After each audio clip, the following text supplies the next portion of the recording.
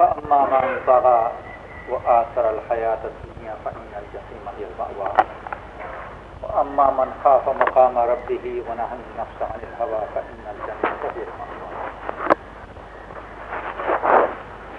وقال رسول الله صلى الله عليه وسلم: الكيس من دان نفسه وعمل لما بعد الموت والعاجز من أتبع نفسه هواه وتمنى على الله أو كما قال عليه الصلاة والسلام.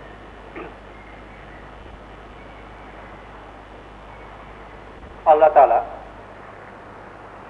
আমাদেরকে সৃষ্টি করেছেন আর আমাদের জীবন চলার জন্য পথ নির্ধারিত করে দিয়েছেন। সারা রাস্তাকে বলে বড় রাস্তা, ছোট রাস্তাকে নাহাজ বলে। তো সারা দিয়েছেন, মিনহাজ দিয়েছেন, পথ চলার দিয়েছেন। মানুষ ছাড়া যত জীবজন্তু আছে, জিন ও মানুষ ছাড়া, ওরা সবাই স্বাভাবিকভাবে যে যার পথে চলে, আর পথে চললেই সে স্বাভাবিকভাবে সহজভাবে তার জীবন শেষ করে। গরু এই বলে কোনো আক্ষেপ নেই যে সারা জীবন চলে গেলে একদিন গোশত খেতে পারলাম না, এই কথা বলে গরু কখনো দুঃখ করে না। আর বাঘও এই কথা বলে দুঃখ করে না যে ঘাস খেতে পারলাম না। বরং গরু ওকে দেওয়াও হয় ঘাস, নিজে সহজে ঘাস পায়, আর ঘাস খেতেই সে সন্তুষ্ট। ওর জন্য যেটা নয়, যেমন রক্ত, গোশত ইত্যাদি, ওইটা সে চায় না। বাঘেরও তাই। মানুষের সমস্যা হচ্ছে ওর জন্য যেটা নয় সেটা সে চায়, আর এখান থেকেই মানুষের সব সমস্যার উৎপত্তি। সব যন্ত্রণা, দুঃখ, কষ্ট, বেদনা, আশা ভেঙে যাওয়া, এই দুঃখ কষ্টগুলো ওই জীব জগতে নেই। গরু এই কথা বলে দুঃখ করে না যে এমন এই কিসমত আমার যে ঘাস খেতে খেতে বুড়ো হয়ে গেলাম, এটা তার কোনো দুঃখের কথা। কিন্তু মানুষ এখানে দুঃখ করে। অর্থাৎ মানুষের সব সমস্যার উৎপত্তি হচ্ছে ওর পথের বাইরে চলার ইচ্ছা করে চলতে যদি না পারে তাহলে মনে কষ্ট পায়, আর যদি চলে তাহলে মনেও কষ্ট পায়, আরো প্রকাশ্য কষ্ট হয়।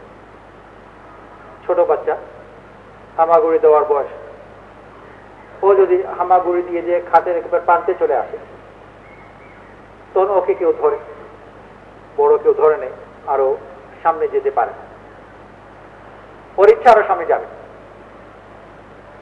তো যখন ওকে ধরে নিল আর যেতে পারলো না, তখন মনে ব্যথা পায়, কান্নাকাটি করে, সাধ্যমতো চেঁচায়, চিৎকার করে টোয়ে মনে করে যে কোনো রকম ছুটতে পারে কিনা। যদি ওকে কেউ বাধা না দেয় আর ইচ্ছা মতো চলে যায়, তাহলে পড়ে যায়, দাঁত ভাঙে, কপাল ভাঙে, আরো বেশি ব্যথা হবে। তো যখন ওর ইচ্ছা হয়ে গেল যে হামাগুড়ি দিয়ে খাটের বাইরে যাবে, তো দুই সমস্যা, একটা সমস্যাতে সে পড়েই গেল। যেতে না পারে তো মনের কষ্ট, আর যেতে পারে তো মনেরও কষ্ট, শরীরেরও কষ্ট। আর একটু বড় হয় হাঁটতে শিখেছে, তখন খাট থেকে পড়ে যায় না, কিন্তু হেঁটে হেঁটে পুকুরের ধারে চলে যায়। আবার ওই একই কথা, তোকে কেউ ধরে, আবার সে তার উপর রাগ করে। যদি যেতে পারে তার সম্ভাবনা আছে পুকুরে পড়ে যাবে, এবং অনেক সময় ছোট বাচ্চারা ডুবে মরেও যায়। আরো দূরে যে একটু বড় হয়, কলেজে বসে এসছে, এখন সে যাবে কক্সবাজার, সমুদ্র সৈকতে। ওখানেও যতদূর যাওয়া উচিত নয় ততদূর সে যেতে চায়। বারবার করে বড় কেউ থাকলে পেছনে এটাকে আর যেও না, আর যেও না, ও আরো যেতে চায়, কোমর পানি পর্যন্ত যাবে। তখন গিয়েও তো বাহাদুরির সব পেটে না, বুক পানি পর্যন্ত যাবে। কিন্তু সমুদ্র এমন ধরনের জিনিস যে কোমর পর্যন্ত যদি চলে যায় তো বিপদ সীমা সে পার হয়ে গেছে, আর বুক পর্যন্ত চলে যায় তাহলে তো একেবারে বিপদের মধ্যে পড়েই গেছে। ওর পানির উপর, নিচের মাটির উপর তার কোনো নিয়ন্ত্রণ নেই। তখন পানি কোন দিয়ে টান দেবে কিছু বুঝতে পারবে না। তো ছোট বাচ্চা হামাগুড়ি যে খাতে পানতে পড়ে, আর একটু বড় হয়তো পুকুরে পড়ে, আর কি বড় হয়তো সমুদ্র সৈকত থেকে সমুদ্রেও ডুবে। আর প্রত্যেক বছরই বিভিন্ন জায়গায় কিছু না কিছু লোক এইভাবে ডুবছে। ওরা বোকাও নয়, পাগলও নয়, কিছুই নয়, কিন্তু ওর ইচ্ছাতে আরেকটু যাবে, ও সীমা সে লঙ্ঘন করবে, যে সীমা নির্ধারিত করে দেওয়া হয়েছে। আর এই সীমা লঙ্ঘন করার প্রবণতা মানুষের মধ্যে আছে। ইন্নাল ইনসাল্লাহ ইয়াতগা, আল্লাহ তাআলা সৃষ্টি ভাবে করেছেন যে নিশ্চয়ই মানুষ সীমা লঙ্ঘনকারী। লাইয়াতগা, তার মধ্যে তুগয়ান, বিদ্রোহ, সে তার নারীর মধ্যে আছে। জীব জগতে কারো মধ্যে এই প্রবণতা নেই। প্রত্যেকে তার নিজস্ব সীমার ভিতরে সে চলে অভ্যস্ত, ওখানেই সে স্বাচ্ছন্দ্য বোধ করে, সীমার বাইরে যেতে চায় না। কখনো গরুর কথা বলে না যে একটু করে খেয়েই দেখি কি হয়।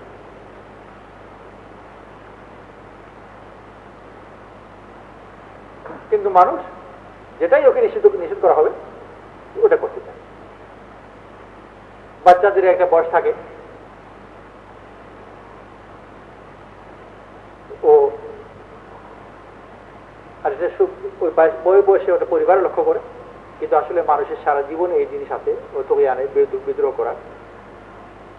তো এক বয়স আছে, ও দুধ আনে, দুধ খাবে না। ও নিজেকে এখন বাহাদুর মনে করে যে বোতলে করে দুধ খাওয়া এটা ওর সম্মানে ধরে। তাকে আমার পরিবার যেখানে পাশের বাসায় তো ছোট বাচ্চা, ও দুধ খাচ্ছে, ওর মা খাইয়ে দিচ্ছে। এমন সময় ওরই বয়সে মোটামুটি আমার মেয়ে ঘরে ঢুকেছে। আর যেমনি আমার মেয়ে ঘরে ঢুকেছে আর ওর মা দুধ খাইয়ে দিচ্ছিল, ওর মার হাত ধাক্কা দিয়ে সরে গেছে। কেন অন্য কেউ দেখে ফেলে যে মা খাইয়ে দিচ্ছে, ওর এসব বেজ্জতি হয়ে যাবে।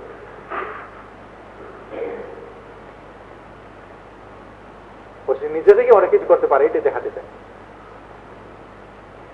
ছোট বাচ্চা নার্সারি থেকে যখন নিয়ে আসে, একেবারে ছোট বাচ্চা যখন মা হাত ধরে ধরে নিয়ে আসে, আর যখন একটু বড় হয়ে যায় 3, 4 ইত্যাদিতে, তখন গিয়ে মা যদি হাত ধরে তো ঝটকা দিয়ে হাত ছড়ায়। অন্যান্য বন্ধু বান্ধবের কাছে ওর একটা মান সম্মানের প্রশ্ন যে মায়ের হাত ধরে যাচ্ছে। একই মায়ের হাত ধরতে তার আপত্তি নেই, কিন্তু ক্লাসের অন্যান্য বাচ্চাদের সামনে ওটা মাকে হাত ধরতে দেবে। তো সে নিজে থেকে কিছু এটা করতে চায়। তো সীমানার ভিতর রয়ে গেলে নিজের বাহাদুরি প্রকাশ করো না। রাস্তায় গতিসীমা আছে, খুব যে একেবারে কম তা না। ইউরোপের বেশিরভাগ দেশে 120, 150 কিলোমিটার ইত্যাদি। কিন্তু সব সময় কিছু না কিছু লোক তার উপরে চলে, ধরা পড়ে, ফাইনও দেয়, আবার ধরা পড়ে। আর একটু বেশি বাহাদুর জন যারা, ওরা পুলিশের বাধা দেওয়াতে থামে। তো পুলিশের বাধা দেওয়া সত্ত্বেও সে চলতে থাকে। তো পুলিশও নাছো, নিজেরা যখন ওকে ধরতে পারে না তো হেলিকপ্টার এসে ধরে। তো শুধু যে কিছু করে যাবে তাই না, তার মধ্যে আবার প্রতিযোগিতা, কে বেশি স্পিডে যেতে পারে। ওগুলো বেশিরভাগ মোটরসাইকেল। তো মোটরসাইকেল এটা ছোট্ট জিনিস, ওইটা দিয়ে চালায় 350, কখনো কখনো 450, 400 পর্যন্ত। যদি একটু বেশি দিক হয় তো হাওয়া তৈরি।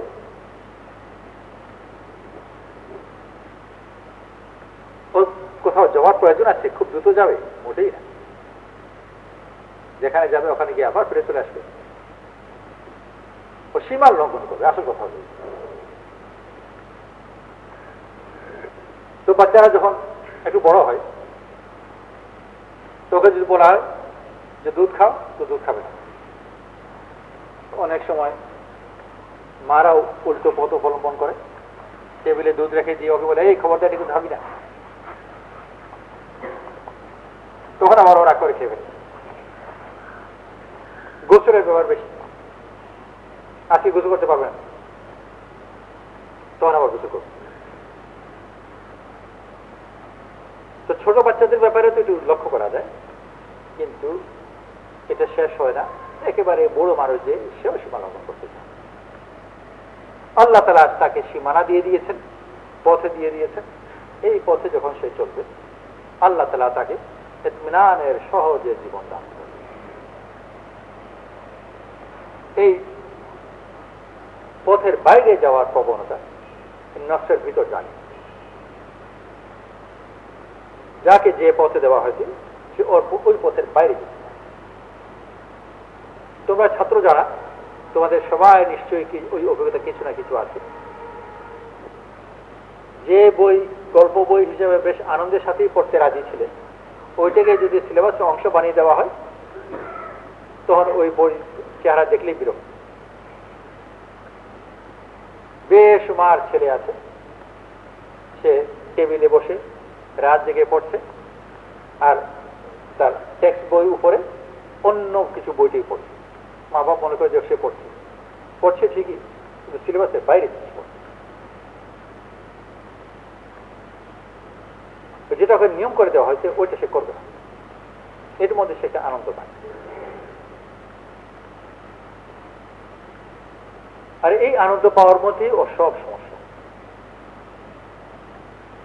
নিজ পথে চললে ওর জীবন বড় সহজ ছিল, পথের বাইরে চলতে চায় তখনই গিয়ে বিপদে পড়ে। আল্লাহ তাআলা দিন দিয়েছেন মানুষ যাতে তার নিজ পথে চলে, কিন্তু আফসোসের কথা হলো এই বাইরে চলতে গিয়ে সে তার শক্তি, সময়, চিন্তা সব ব্যয় করে। দুনিয়াতে যে শক্তি, যেমন পেট্রোল ইত্যাদি, বিদ্যুৎ, পেট্রোল, তার বড় একটা অংশ ব্যয় হয় শীত ঠান্ডাকে গরম করতে আর গরমকে ঠান্ডা করতে। গরমের মৌসুমে গরম দেশে এয়ার কন্ডিশন ঘরগুলোকে ঠান্ডা করবে, আর শীতের দেশে শীতের ঘরে হিটিং লাগিয়ে ওইটাকে গরম করবে। তো গরমকে ঠান্ডা এবং ঠান্ডাকে গরম, সেটা স্বাভাবিকভাবে গরম হওয়ার কথা, শীত ঠান্ডা হওয়ার কথা, এটাকে বিপরীত করতে গিয়ে দুনিয়ার, সম্পূর্ণ দুনিয়ার শক্তির, এনার্জির বড় একটা অংশ এখানে দেয়। দুটো বড় ব্যয়বহুল। ঠান্ডা করে গরম করা হিটিং খুবই ব্যয়বহুল জিনিস, আর গরম করে ঠান্ডা করা এয়ার কন্ডিশনিং এটা খুব ব্যয়বহুল জিনিস। ঢাকাতে অনেক লোক আছে প্রত্যেক মাসে 1-2 হাজার নয়, কয়েক হাজার টাকা শুধু ইলেকট্রিক বিল দেয় এয়ার কন্ডিশনের জন্য। শীতের দেশও তাই। ঠিক ওরকম দিনকে রাত আর রাতকে দিন করতে গিয়ে আর একটা বড় অংশ এনার্জি পায়। দিনকে রাত করতে গিয়ে তো খুব বেশি এনার্জি লাগে না, কিন্তু ওখানে দামি পর্দা টর্দা লাগে। পাতলা পর্দা হবে না, বড় ধরনের পর্দা দিয়ে ঘরকে অন্ধকার করবে, ঘুমাবে। কিন্তু রাতকে দিন করতে গিয়ে বড় একটা অংশ দেয়, রাস্তা, ঘরের ভিতর আলো ইত্যাদি। আর এগুলো সবার জন্যই যে আল্লাহ তাআলা যেটাকে করে দিয়েছে ওটা সে বিপরীত করবে, এতে তার কোনো লাভ নেই, শুধু নিজের জন্য সমস্যা সৃষ্টি করে, কিন্তু করতে চায় এবং করেও, আর পরবর্তীতে নিজের জন্য ধীরে ধীরে জন্য বসে করতে নেই। তো দিনকে রাত আর রাতকে দিন করতে গিয়ে, ঠান্ডাকে গরম, গরমকে ঠান্ডা করতে গিয়ে যে ব্যয় করবে, ওই ব্যয় তাকে উপার্জন করতে হবে, আর যে তাকে খরানো যাবে প্রচুর। সকালবেলা যারা উঠে সকালে দৌড়ায়, ঢাকায় প্রচুর পাওয়া যায়, বড় খালি রাস্তাগুলোতে, মাঠগুলোতে সকালে ব্যায়াম করছে। এদের বেশিরভাগের বাড়িতে টেলিভিশন চালাবার জন্য রিমোট কন্ট্রোল আছে। যে চেয়ারে বসে টেলিভিশন দেখে ওখান থেকে টেলিভিশন 2-3 গজ দূরে, ওইটা সে হাঁটতে রাজি না। এর জন্য রিমোট কন্ট্রোল কিনেছে, যাতে ওখানে বসে বসেই অত দূর কষ্ট করে ওখানে গিয়ে সুইচ অন অফ করতে না হয়, সেজন্য রিমোট কন্ট্রোল দিয়ে করে। আর সকালবেলা উঠে আবার 1.5 মাইল দৌড়ায়।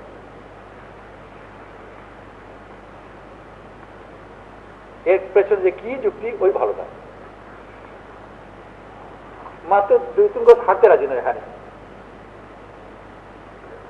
আর এই দুয়ের জন্য তাকে অতিরিক্ত ব্যয় করতে হবে। ও বিপরীত করবে, স্বাভাবিকভাবে চলাফেরা করলে ওই সকালবেলা দৌড়াতে হতো না, কিন্তু স্বাভাবিক কাজকর্ম করবে,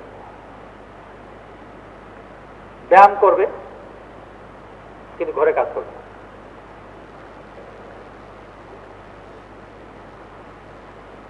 আল্লাহ তাআলা আম্বিয়া আলাইহিস সালাতু ওয়াস সালামকে পাঠিয়েছেন মানুষকে স্বাভাবিক পথে নিয়ে আসবার। যদি সে ওই স্বাভাবিক পথে চলে আসে, এটা তার জন্য বড় ভালো। কারণ এই বিপরীত করতে গিয়ে, যে শীতকে গরমে, গরমকে শীত, আর দিনকে রাত, আর রাতকে দিন করতে গিয়ে সে শুধু যে অর্থ ব্যয় করলো তাই নয়, এর ভিতর দিয়ে তার নিজের স্বাস্থ্য নষ্ট হয়। রোগেরও বড় একটা কারণ হলো অতিরিক্ত রাত জাগা, যখন তার ঘুমানো উচিত ছিল, আর দিনের বেলা ঘুমানো যখন তার জেগে থাকা উচিত ছিল। এ থেকে অনেকগুলো রোগের সৃষ্টি হয়। শীতের সময় কৃত্রিম ভাবে গরম করা ঘরের মধ্যে থাকা, আর গরমের সময় এয়ার কন্ডিশন ঘরের মধ্যে থাকা, এর দ্বারা অনেকগুলো রোগ সৃষ্টি হয়। তো সমস্যা ওখানে শেষ হয়ে যায়নি যে অতিরিক্ত তাকে ব্যয় করতে হচ্ছে, এর জন্য তাকে রোগেও আক্রান্ত হতে হচ্ছে, আর তারপর আবার ডাক্তারের কাছে দৌড়াতে হচ্ছে। ওষুধগুলো যখন খাবে তো তারগুলো আবার প্রতিক্রিয়া আছে। উৎপত্তি হলো সবগুলোর একই, যে আল্লাহ তাআলা তাকে যে পথে দিয়েছে ওই পথে সে চলতে চায়, আর এর জন্য নিজের জন্য সমস্যার সৃষ্টি করে। যদি ওই পথে চলতো, তার জন্য তার জীবন বড় সহজ। আল্লাহ তাআলা সবার জন্য জীবনকে বড় সহজ করে, যাকে যেভাবে পাঠিয়েছে ওইভাবে যদি ওই রাস্তাকে সে মেনে নেয়, কোনো সমস্যা নেই। আর ওর প্রয়োজন মতো যেটুকু আছে ওইটুকু আল্লাহ তাআলা মোটামুটি ভাবে সহজভাবে মেনে দিয়ে দিয়েছে সবাই। আল্লাহওয়ালা এই পরিমাণ ভাত পেয়েছে যে ভাত তো আছে, কিন্তু ডাল তরকারি কিছু নেই, আর সেই ভাত দিয়েও তার পেট ভরে না। ক্ষুধা নিবারণ হয়, কিন্তু পেট ভরে না। সকাল বিকাল 3 বার পায়, একদিন পায় তো আরেকদিন না। ওই অবস্থায় একজন আল্লাহওয়ালা যদি হয়, আর আল্লাহওয়ালা ওই ব্যক্তি যে আল্লাহ তাআলা তাকে যে পথে দিয়েছে ওই পথকে সে মনে প্রাণে মেনে নিয়েছে, এটাকে সে নিজের ভালোই জানে, আমি এই পথে চলি। সেই দরবেশকে জিজ্ঞেস করা যে ভাই কেমন আছে, বড় ভালো আছে। তোমার না অভাব, আমার কোনো অভাব নেই। তুমি তো যে মাত্র 1 বেলা খাও, কত লোকে 3 বেলা খায়, আমার 3 বেলা খাওয়ার খুব প্রয়োজন নেই, 1 বেলা খাওয়া যথেষ্ট। আর এটাই বেশি ভালো। পেটই ভরতে পারো না, পেট ভরে তো অনেক রোগ হতো, খালি থাকাই তো ভালো, হালকা চলাফেরা করতে পারি। যারা পেট ভরে, তারপর দেখো সকালবেলা কিরকম দৌড়াচ্ছে, এগুলো পাতলা করবার জন্য। তাও তো ভরারই তো দরকার, আর পাতলা করারই কি দরকার? আমার কোনো দরকার নেই, এটা খুব ভালো আছে, খুব সন্তুষ্ট, তার কোনো অভিযোগ নেই। আর এর মোকাবেলায় যদি তাদের মধ্যে হয় যার নারীর ভিতর ওই বিদ্রোহ, এবং সে বিদ্রোহের পথ অবলম্বন করতে চায়, তো তার 1000 অভিযোগ আছে। অভাবে যদি হয়, অভাবের অভিযোগ করবে। সেই যদি একসময় বিরাট ধনী হয়ে যায়, তারপর তাকে কি জিজ্ঞেস করলো, এখন তুমি খুব সন্তুষ্ট কিনা? একসময় তো অভাবে ছিলে, আর অভাবের অভিযোগ করতে, আর এখন তুমি ধনী ব্যক্তি, এখন তুমি নিশ্চয়ই সন্তুষ্ট? তুমি মোটেই না, তার চেয়ে আগেই ভালো ছিল। কেন? দেশে কোনো শান্তি নেই, এত আইন পরিস্থিতি এত খারাপ হয়েছে যে ঘর থেকে বেরোতে সাহস নেই। আর এই সন্ত্রাস আর চাঁদাবাজ ইত্যাদি ইত্যাদি, আর প্রতিদিন পত্রিকা খুলে দেখো যে আজকে এসব এই ব্যবসায়ী খুন, আজকে কালকে আরেকজন খুন, পরশু যে আমি খুন হয়ে যাবো না তারই কি নিশ্চয়তা? গরিবরাই ভালো আছে, এই দেশ ধনী যুগের জন্য নয়।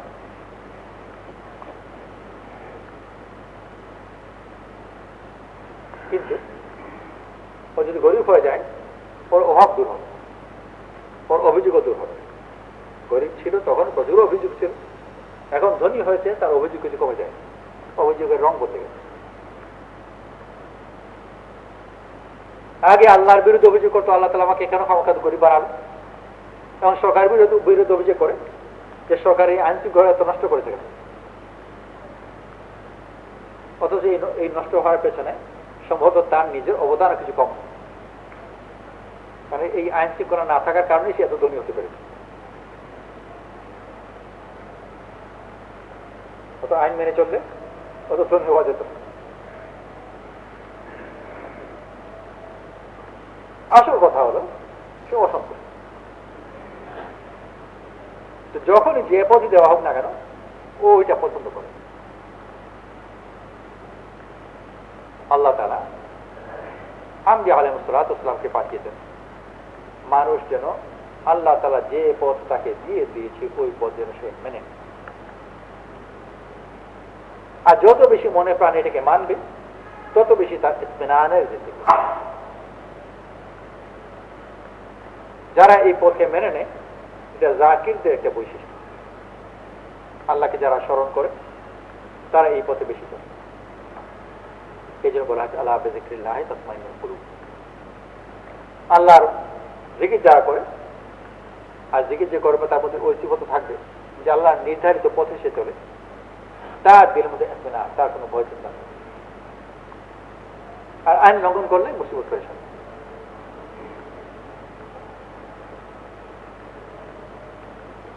মানুষ চায়, এমন যখন তাকে আইন দেওয়া হয়, সে চায় ওটাকে তার নিজের মতো করে। আজকাল নয়, আগের কথা, আমেরিকাতে কিছু লোকে তারা জুমার নামাজ পড়ার চেষ্টা করত, কিন্তু পরিবেশ ছিল না, আর দিনের মেহনত অত বেশি ছিল না। তো কেউ কেউ কিছু কিছু জায়গায় এরকম ছিল যে তারা নিজেরাই বুদ্ধি করে রোববারে জুমার নামাজ পড়ত, ছুটির দিন।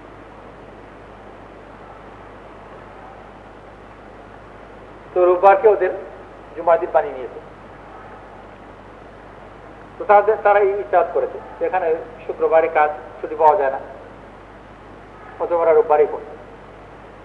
কিন্তু ওলামারা, মুফতিরা এই যুক্তি গ্রহণ করে, আর জুমার নামাজ জুমার দিনই হতে হবে। ওটা তুমি যতই ব্যস্ততার কথা বলো না কেন, ওটা মারা যাবে।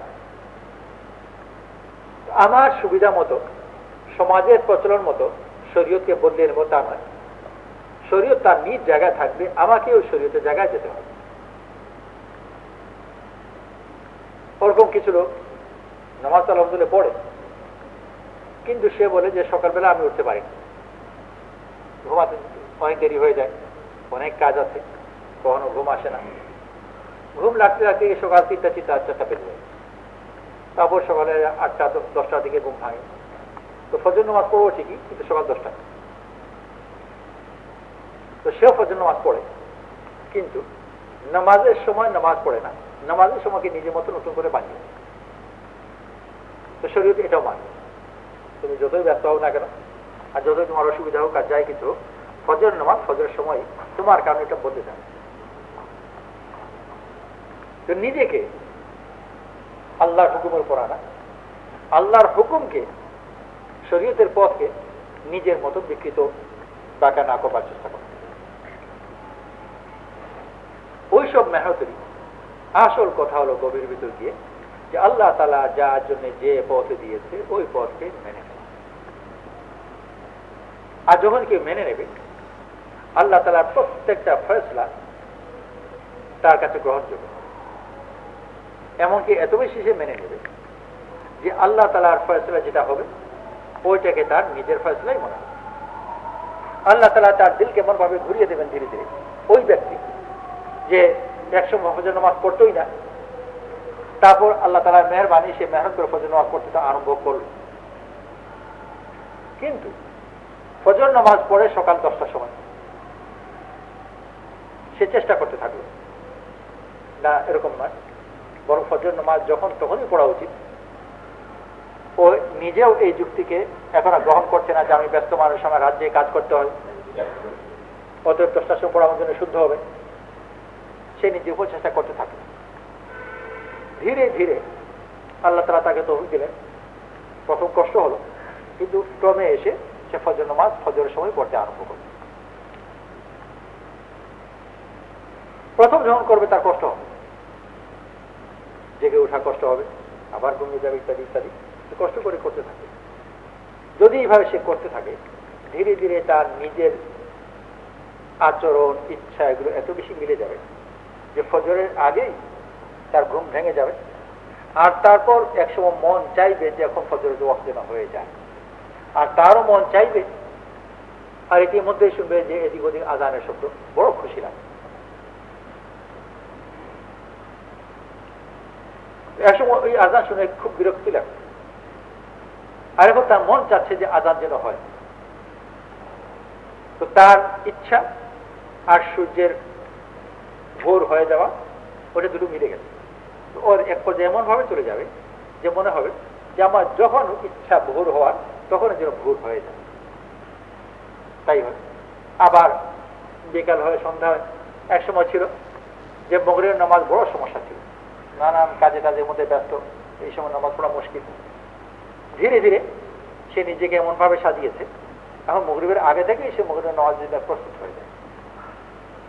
তারপর মন টানে যে এখন যেন ওয়াক্ত হয়ে যায়, যে মসজিদে এসে গেছে, অপেক্ষা করছে। ওর অপেক্ষায় যেন প্রমাণ করে যে ও চাচ্ছে এখন যেন আজান হোক, ওয়াক্ত যেন হয়। ও চায় ওয়াক্ত হয়ে যাওয়া, আর ওয়াক্ত হয়ে ওই স্তরে চলে যায় যে মনে হয় যে ওর ইচ্ছা মতোই যেন সূর্য পাক থাকে, জগৎ চলছে ওর ইচ্ছা মতো। আসলে সে নিজেকে ইচ্ছার সাথে মিলিয়ে নেয়। তো ওই মাসুর কথা বাহলুলের সম্বন্ধে বলা হয় যে কেউ জিজ্ঞেস করেছিলেন যে বাহলুল কেমন আছে, তো উত্তরে বললেন যে তার কথা কি জিজ্ঞেস করো, যার ইচ্ছায় জগৎ চলে। বললো যে তুমি কি রব হয়ে গেছো নাকি? রবুবের দাবি করছে তোমার ইচ্ছা জগৎ চলে? শুনে না, আমি রব হইনি, আমি আব্দিয়ত দাবি করছি, আমি আল্লাহর বান্দা হয়ে গেছি। আমি আমার ইচ্ছাকে আল্লাহর ইচ্ছার সাথে মিলিয়ে নিই, আর আল্লাহর ইচ্ছা জগৎ চলে। আর ওইটা যেহেতু আমার ইচ্ছা, তো আমার ইচ্ছাই জগৎ চলে। তো ওই ব্যক্তি যে এক সময় সকালে ফজর উঠতে পারতো না, মেহনত করে নিজেকে শরীরের সাথে মিলিয়েছে, এখন তার যখন মন চায় ফজর যেন হয়ে যায়, আর কি আশ্চর্য কথা, তখনই বক্ত হয়ে যায়। আর যখন মন বলে যে এখন মাগরিব ওয়াক্ত হলে ভালো হতো, আর মাগরিব ওয়াক্ত হয়েই যায়, তো সে নিজেকে মিলিয়ে নিয়ে। আর যে যত বেশি নিজেকে মিলাতে পারবে, আল্লাহ তাআলা তাকে তত বেশি ইতমিনানের জিন্দেগি দেবেন। তা কোনো সমস্যা নেই। হরেক অবস্থায় ওর দিল থেকে আলহামদুলিল্লাহ বেরোবে। তো আল্লাহ তাআলা এই কিতাবকে আরম্ভ করেছেন আলহামদুলিল্লাহ দিয়ে। আলহামদুলিল্লাহ রাব্বিল আলামিন।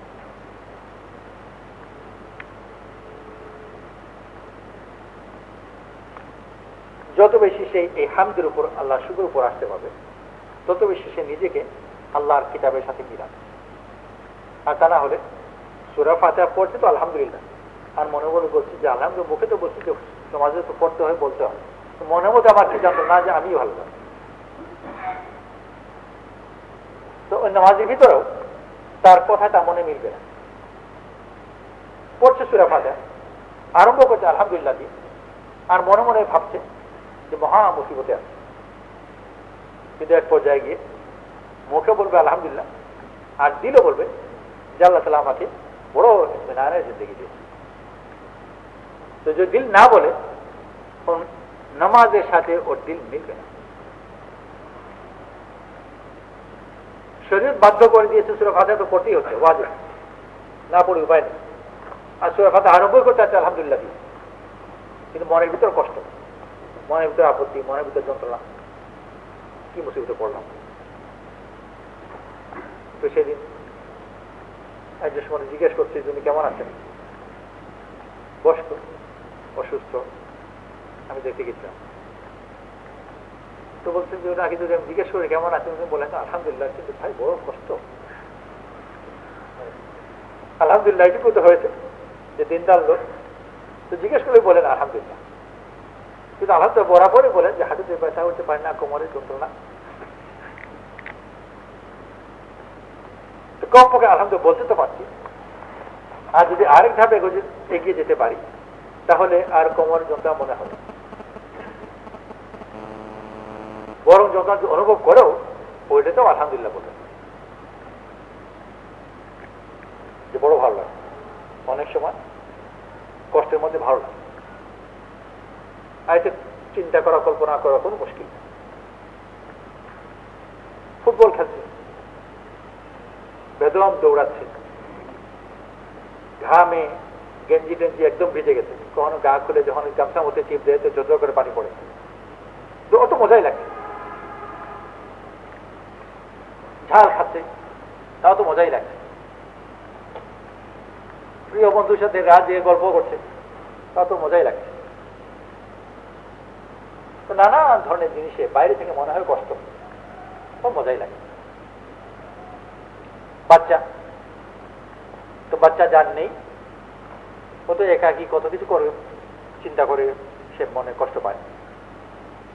ওর ছোট বোন, তার বাচ্চা, ওর বাচ্চা ওকে খুব জ্বালায়। আর যে মজলিসে যাবে সে মজলিসে বাচ্চার জ্বালানি করবো কত, কি যে জ্বালায়। আসলে ওটাও মহা আনন্দের জিনিস, কারণ জ্বালানি বাচ্চা ছাড়া কেউ বাচ্চা পছন্দই করে। কেউ যদি বলে যে তোমার বাচ্চা খুব শান্ত, ওটাই জ্বালানা, আপনি দেখেননি তো, এটা পছন্দই করে। ওর জ্বালানি বাচ্চা পছন্দ করে, ওইটাই চায়। তো দেখতে মনে হচ্ছে খুব জ্বালাচ্ছে, চেঁচামেচি করে, জিনিস ভেঙে ফেলে, নানান দুষ্টুমি করে, কিন্তু এগুলোর মধ্যেই তোমার মা বাবা আনন্দ পায়।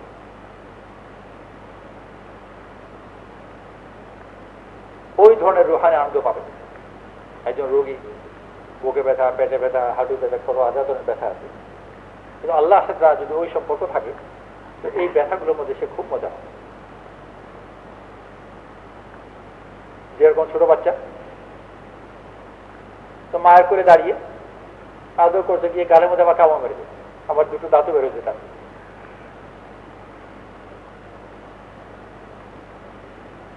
তো ওই দুই দাঁত দিয়ে যখন মাকে গালে কামড় মেরে দেয় তো ব্যথা পায় ঠিকই, কিন্তু ওর ভালো লাগে। এই জন্য ভালো লাগে যে ও বাচ্চা সবই ভালো।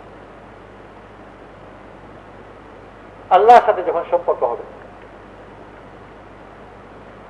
রোগ হবে, অভাব হবে, শত্রুর আক্রমণ থাকবে, ভয় থাকবে, সব অবস্থাটা বড় ভালো লাগে। সেই ব্যক্তি যখন বলে আলহামদুলিল্লাহ নামাজে দাঁড়িয়ে, তো দিল থেকে আলহামদুলিল্লাহ করছে। আর তা না হলে প্রত্যেক নামাজে প্রত্যেক রাত আলহামদুলিল্লাহ তো বলছি ঠিকই, কিন্তু আমার মনের অবস্থা এই আলহামদুলিল্লাহর সাথে মিলছে না। এই নামাজ শেষে যদি কেউ জিজ্ঞেস করে একটু কেমন আছে, হাজার অভিযোগের কথা বলবো। তো নামাজের মেহনত, এই নামাজকে যদি ঠিক করে নেওয়া হয় তো নামাজের মধ্যে এখানে শুধু নামাজ রুকুসিটার মধ্যে ঠিক হয়ে জানি, নামাজ তো এটাও আমার দাবি করে যখন আমি বলছি আলহামদুলিল্লাহ তোমার দিলের জন্য সাহায্য দেয় যে আমি আপনার দিলে করি। তো জিজ্ঞেস করে যে তোমার কি কোনো সমস্যা আছে, আমার কোনো সমস্যা নেই, আল্লাহ তোমাকে আমার বড় ভালো লাগে,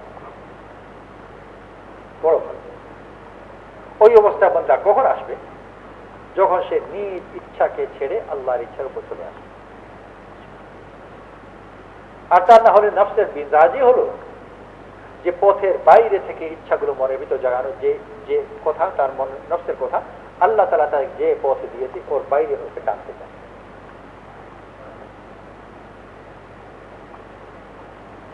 ইন্না নফস লাম্মারাতুন বিসু, নিশ্চয়ই নফস খারাপের আদেশ দেয়। আর খারাপ মানে ওটাই যে আল্লাহ তাআলা যে পথ দিয়েছে, যে হুকুম দিয়েছে তার বিরুদ্ধে চলার আদেশ।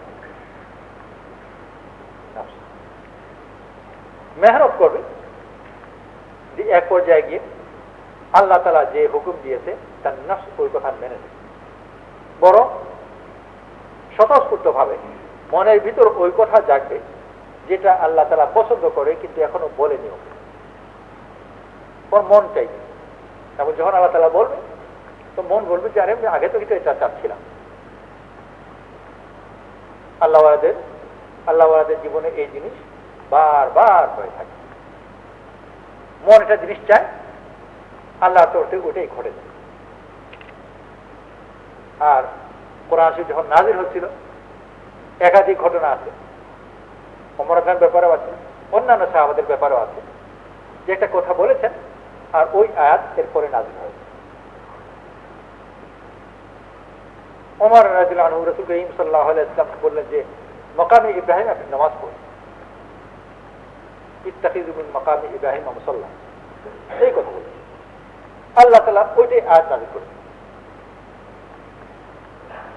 ইত্তাখিযু মিন মাকামে ইব্রাহিম মুসাল্লা, মাকামে ইব্রাহিমে নামাজ পড়ুন। ওমর তো বলেছেন আগে রাসূল সাল্লাল্লাহু আলাইহি ওয়াসাল্লামের কাছে আল্লাহর পক্ষ থেকে হুকুম এসেছে, আগে থেকে মন চাচ্ছে। এরকম নয় যে ওনার কথা শুনে আল্লাহ তাআলা নতুন করে এখন একটা আয়াত বানাবেন, ওটা তো আগে থেকে আয়াত ছিল, তখন প্রকাশ করা হয়। প্রকাশ করবার আগেই মনটা খুবই ঘনিষ্ঠ যখন কেউ হয়, তো এই ধরনের জিনিস সব বন্ধুদের মধ্যে হয়। একই মিজাজের, খুবই দুস্থ। একজন একটা প্রস্তাব দেবে, আরেকজন বলবে যে আরে আমি তো ওটাই চাচ্ছিলাম। আল্লাহর সাথে যখন ওই ঘনিষ্ঠ সম্পর্ক হয়ে যাবে তো বারবার এই জিনিস হবে। আল্লাহ তাআলা যখন যে হুকুম দেয় বান্দা মনে হবে যারা এটাই চাচ্ছি। খুব ধনী হয়ে গেল, হঠাৎ সব মাল দৌলত সব নষ্ট হয়ে একেবারে গরিব হলে খাবারই নেই।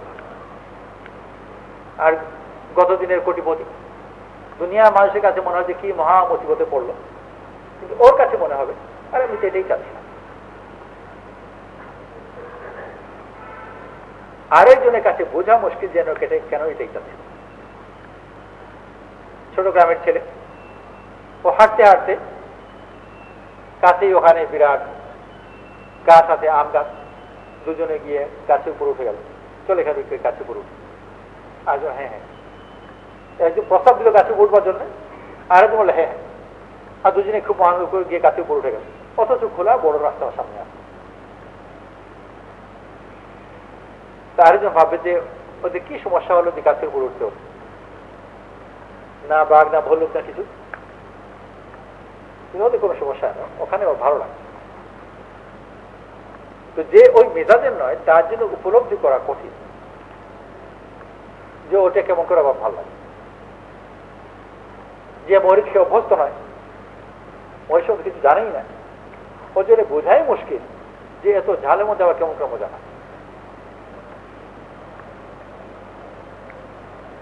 এমনকি একই পরিবারের মধ্যে একজন শুটকি খায় না, সহ্যই করে না, আর একজন খুব মজা লাগে, আর যে দুর্গন্ধই সহ্য হয়। আর একজন যে এরকম সুগন্ধ না থাকলে খাওয়ার কি সামনে, একজনের কাছে দুর্গন্ধ, আরেকজনের কাছে সুগন্ধ।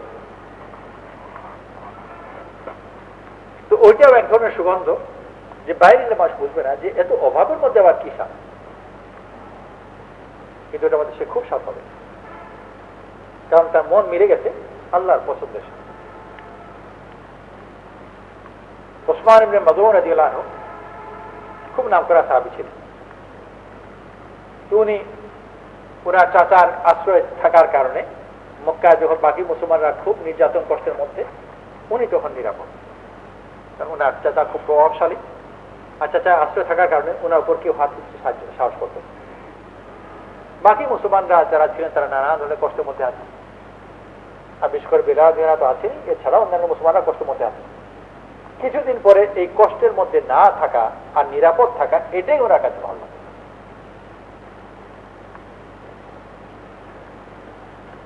নিরাপদ আছে ভালো ভালো লাগে। আমাদের জন্য একটা কথা বোধগম্য নয় যে মানুষ নিরাপত্তা ছেড়ে ভয় ভীতির অবস্থাকে কেমন করে বেশি পছন্দ করতে পারে। কিন্তু যার মনের ভিতরে ওই স্বাদ আছে সে বুঝে। এক বাড়িতে, ঢাকার কোন এক আত্মীয় বাড়িতে, তাদের তখন সন্তান ছিল না, বিয়ের অনেক বছর হয়ে গেছে, সন্তান ছিল, পরবর্তীতে বছর হয়েছে। কিন্তু যখন ওই আগের কথা বলছি, যখন সন্তান ছিল না, তখন বিয়ের অনেক বছর হয়ে গেছে, আর সন্তান না থাকার কারণে স্বামী স্ত্রীর মধ্যে একটা নৈরাশ্য বিচারিত আছে। ঘনিষ্ঠ লোক বোঝে, দূরের লোকটা বোঝার কথা নয়। ওই বাড়িতে গেছে, সুন্দর ড্রয়িং রুম, সাজানো ফুলদানি ইত্যাদি সব একদম দেখো বলে ছিমছাম। তো ফিরে এসে মেহমান যে বেড়াতে গিয়েছিল ওই মহিলা, ওদের প্রতি সহানুভূতিশীল, খুব সহানুভূতি সুরে মনে তার জন্য এটা দরদ দিয়ে বলছে যে একটা আফসোসের কথা হিসাবে, যে ফুলদানি একটা সাজিয়ে তো সাজিয়েছেই, ওই ফুলদানি নষ্ট করার কেউ নেই। এটা কত দুঃখের কথা যে ফুলদানি নষ্ট করার কেউ নেই। এই কথা বোঝার জন্য ওই তার প্রাণের কিছু ছোঁয়ার প্রয়োজন। সন্তান না থাকার যন্ত্রণা কি, মনের কষ্ট কি, সন্তানের মধ্যে আনন্দ কি, এইটা যে কিছু বুঝে ও সহজে এই কথা বুঝতে পারবে যে ফুলদানি নষ্ট না হওয়ার যন্ত্রণাটা কত তীব্র।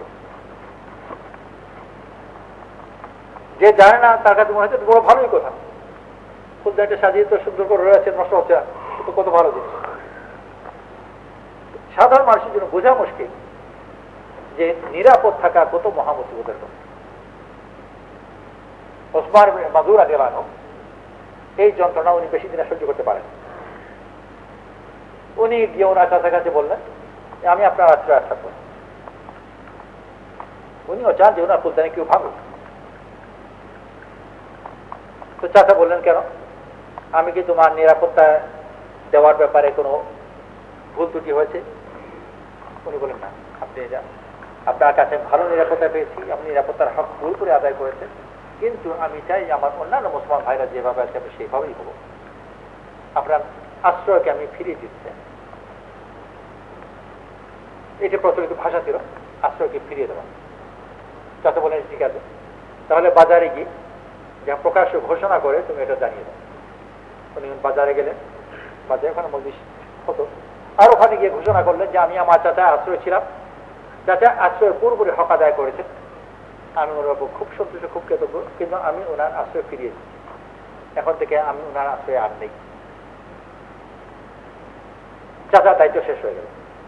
এখন কেউ যদি ওনাকে আক্রমণ করে মোকাবেলা করতে চাচা আসবে না, কারণ উনি আশ্রয়কে ফিরিয়ে দিয়েছেন। কিছু পরেই মজলিসে গেছেন, কবিদের মজলিস ছিল, মজলিস মদিল্লাবী নামে নাম করা প্রাচীন কবি, ও কবিতা পড়ছে, আলা কুল্লু মা খালাল্লাহি বাতিলা, নিশ্চয়ই আল্লাহ ছাড়া সব বাতিল। অন্যান্যরা সবাই ছিলেন, ওসমানের মাযুন রাদিয়াল্লাহু আনহু উনিও ছিলেন, উনি সাথে সাথে বললেন, সদাক, সত্য বলছি, আল্লাহ ছাড়া সব বাতিল। কবিতা দ্বিতীয় লাইন পড়ল, আবৃত্তি করছে, আলা কুল্লু নাঈম লা মাহালা যায়িদ, নিশ্চয়ই সব নিয়ামত নিশ্চয়ই একদিন শেষ হয়ে যায়। ওসমান রাদিয়াল্লাহু বললেন যে মিথ্যা বল, জান্নাতের নিয়ামত কোনদিন শেষ হয়। যেমনি মিথ্যা বলেছে মজলিসের মধ্যে, আর সে নাম করা দাপটওয়ালা কবি, আর ওই জমানাত মানুষ মেজাজ ভিন্ন ছিল, এগুলো কে রে আমার কথার উপর কথা বলে, মা আরো জোরে ঘষি, চোখে কাটতে পড়লো আর ফুলে গেল, নীল হয়ে গেল কিছুক্ষণ পরে। এই অবস্থায় কিছুক্ষণ পরে যখন উনি আসছেন, চাচার সাথে আবার সাক্ষাৎ হল, ঘটনা জানলেন কি হয়েছে।